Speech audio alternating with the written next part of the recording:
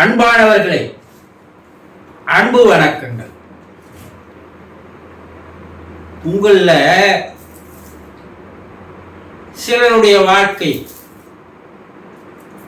துன்பமாக, கஷ்டத்துல, கவலையில, வேதனையில இருப்பதை பார்க்கிறோம். அதுல நீங்களும் ஒரு ஆளா இருக்கலாம். ஆனா ஒரு சிலர் சந்தோஷமா, மகிழ்ச்சியா, ஆனந்தமா வாழறதையும் பார்க்கிறோம். இதுக்கு யார் காரணம்? இறைவனா, கடவுளா, தெய்வமா, ஆண்டவனா? எல்லாம் யார் பேர்ல பழிய போடுறோம்? கடவுள் என்னை இப்படி படைச்சிட்டாம்பா, நான் இந்த ஜென்மம் பூரா கஷ்டத்திலேயே இருக்கணும், ஏழையாவே நான் வாழணும். அவன் எழுதிட்டான் தலையில. அதை மாற்ற முடியுமா? இப்படி வியாக்கணம் பேசி தெரிகிற ஜென்மங்களை பார்க்கலாம். அப்போ இதுக்கெல்லாம் யார் காரணம்?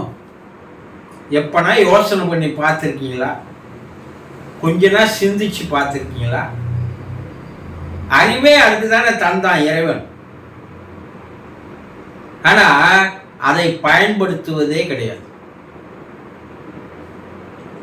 இதற்கெல்லாம் காரணம் உங்களுடைய மனம்தான்.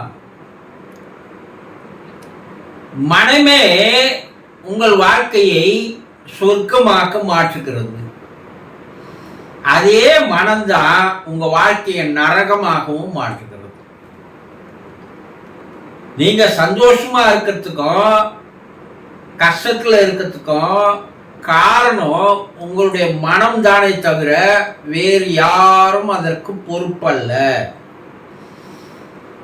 இத முதல்ல புரிஞ்சுக்கினீங்கன்னாவே உங்க வாழ்க்கையை நீங்கள் புரிந்து கொண்டவர்களாக மாறிவிடுவீர்கள்.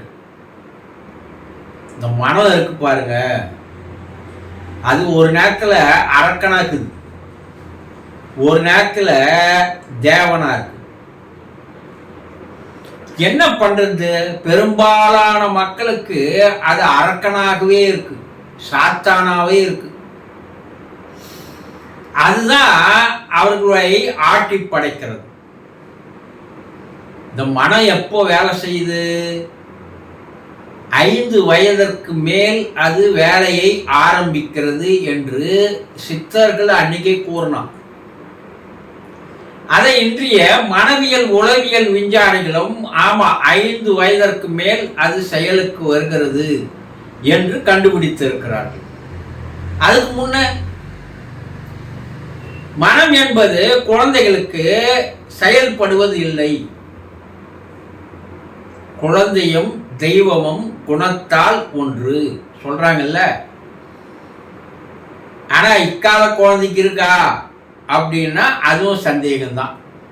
3 வயசுலயே அது என்னென்ன திருட்டுத்தனம் பண்ணலான்னு யோசிக்குது. அப்பவே அது மன வேலை செய்ய ஆரம்பிச்சிடுது.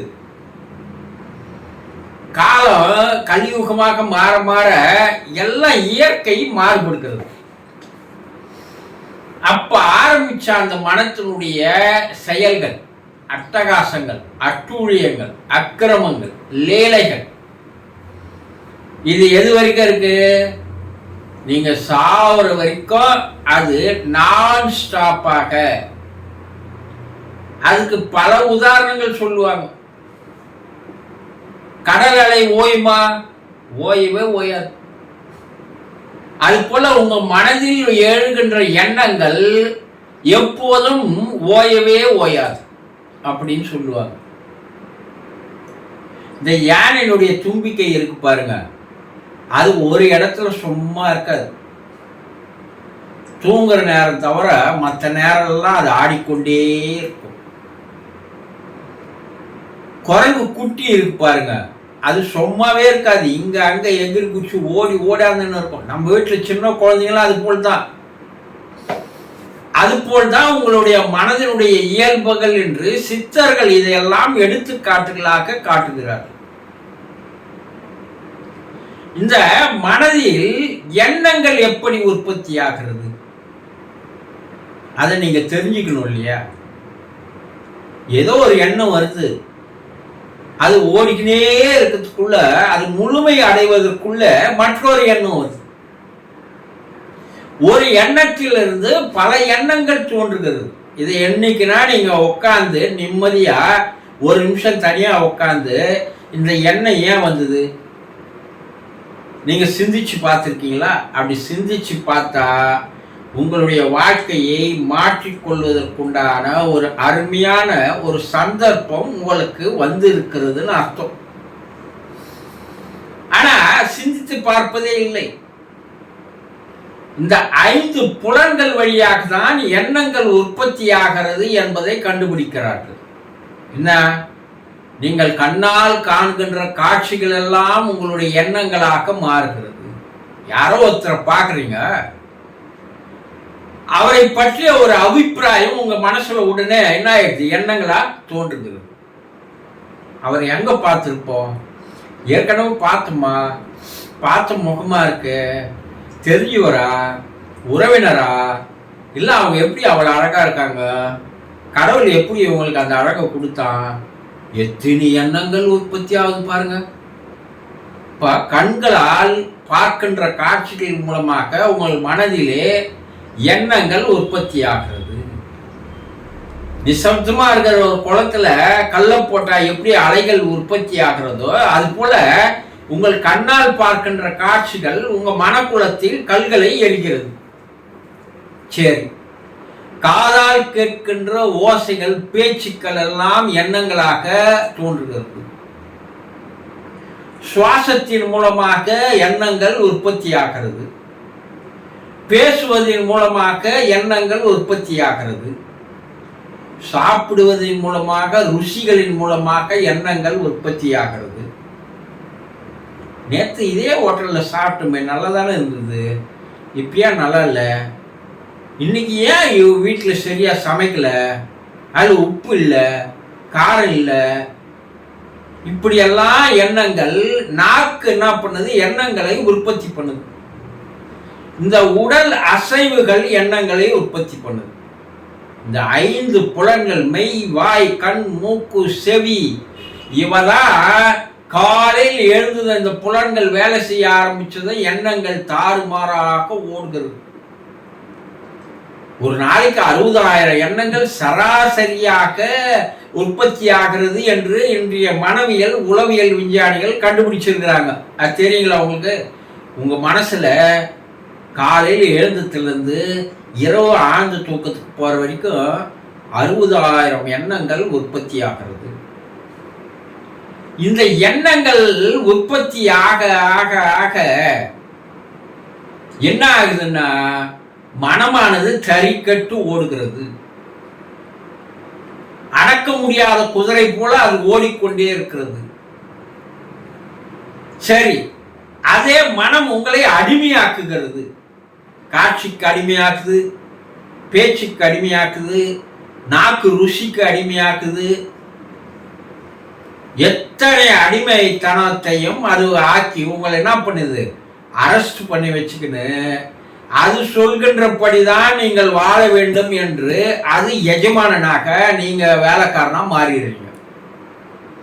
இதைதான் நம் முன்னோர்கள் சூசகமா மனம் போன போக்கெல்லாம் போக வேண்டாம் ஒரே வரியில அழகான ஒரு விஷயத்த சொன்னாங்க. ஆனா நம்ம கேட்கிறோமா?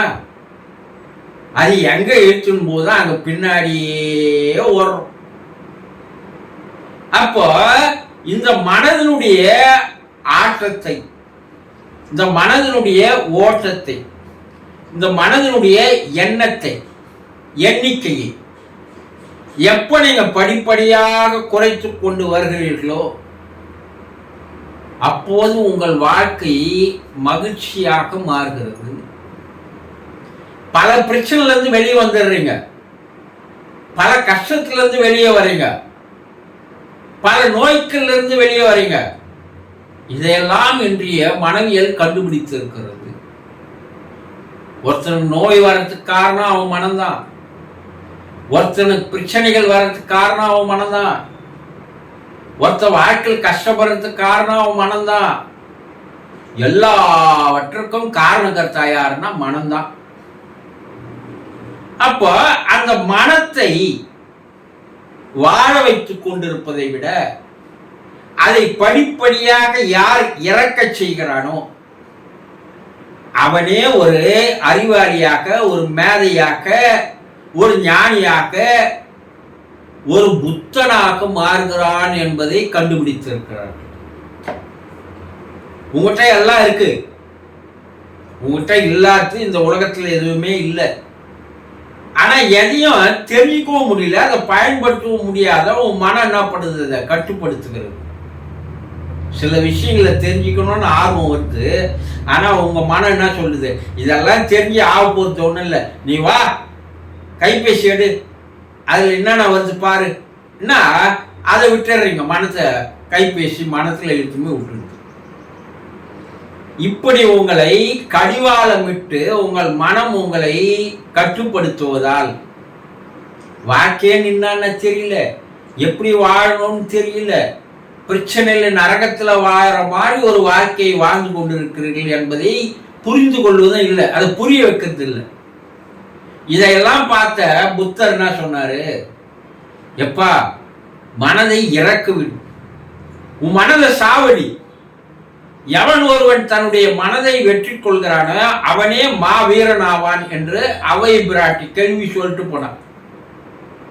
பல யோகிகள், சித்தர்கள், ஞானிகள் இதுதான் சொல்றாங்க அந்த காலத்துல இருந்து. எவன் ஒருவன் தன்னுடைய மனத்தை இறக்கடிக்க செய்கிறானோ அவனே ஒரு மாபெரும் மேதையாக, அறிவாளியாக, ஞானியாக, தீர்க்கதரிசியாக, புத்தராக மாறுகிறான் என்று கூறுகிறார்கள். அதற்கு என்ன வழின்னா எளிமையான வழியே சொல்றார். யாரு? புத்தர். நீ ஒரு சாட்சியாரு, உன் மனசுல எந்த எண்ணம் ஒன்னாலும் வரட்டும்பா, ஆனா அந்த எண்ணத்தோட நீ கை கோக்காத.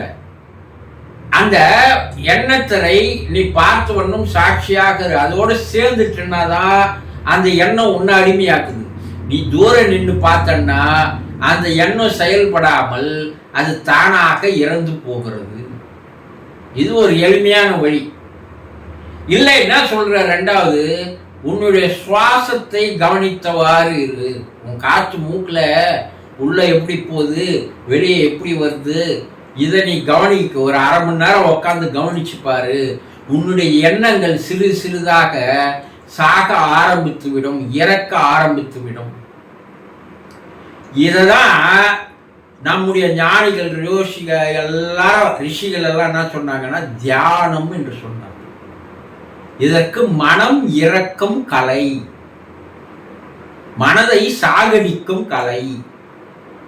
அப்போ யார் ஒருவன் இந்த கலையை கற்றுக்கொள்கிறானோ, அதை தினந்தோறும் ஒரு அரை மணி நேரம் செய்து வருகிறானோ, அப்போது அவனுடைய மனதை அவன் சிறிது சிறிதாக, ஒரே அடியா சாகடிக்க முடியாது, சிறு சிறிதாக சாகடிக்கலாம். அப்படி அணு அணுவாக எண்ணங்களை சாகடித்துக் கொண்டே வந்தால் கடைசியாக அந்த மனம் சுத்தமாக இறந்து போய்விடும். எண்ணங்கள் தோன்றாது. தேவையான எண்ணம் தோன்றும், தேவையில்லாத எண்ணங்கள் தோன்றாது. அந்த எண்ணங்களுடைய எண்ணிக்கை குறைய குறைய குறைய குறைய ஒரு புது மாற்றமானது உங்கள் வாழ்க்கையில் ஏற்படுகிறது. புதியது ஒரு மனிதனாக மறுபடியும் நீங்கள் பிறப்பெடுக்கிறீர்கள் என்பதைத்தான் புத்தர் இவ்வளவு தெளிவாக கூறிட்டு போனார். மனம் இறக்கும் கலைக்கு பேர் தான் தியானமே தவிர வேறு ஒன்றும் அல்ல. இதை அவசியமாக தெரிந்து கொள்ளுங்கள். சந்தோஷம்.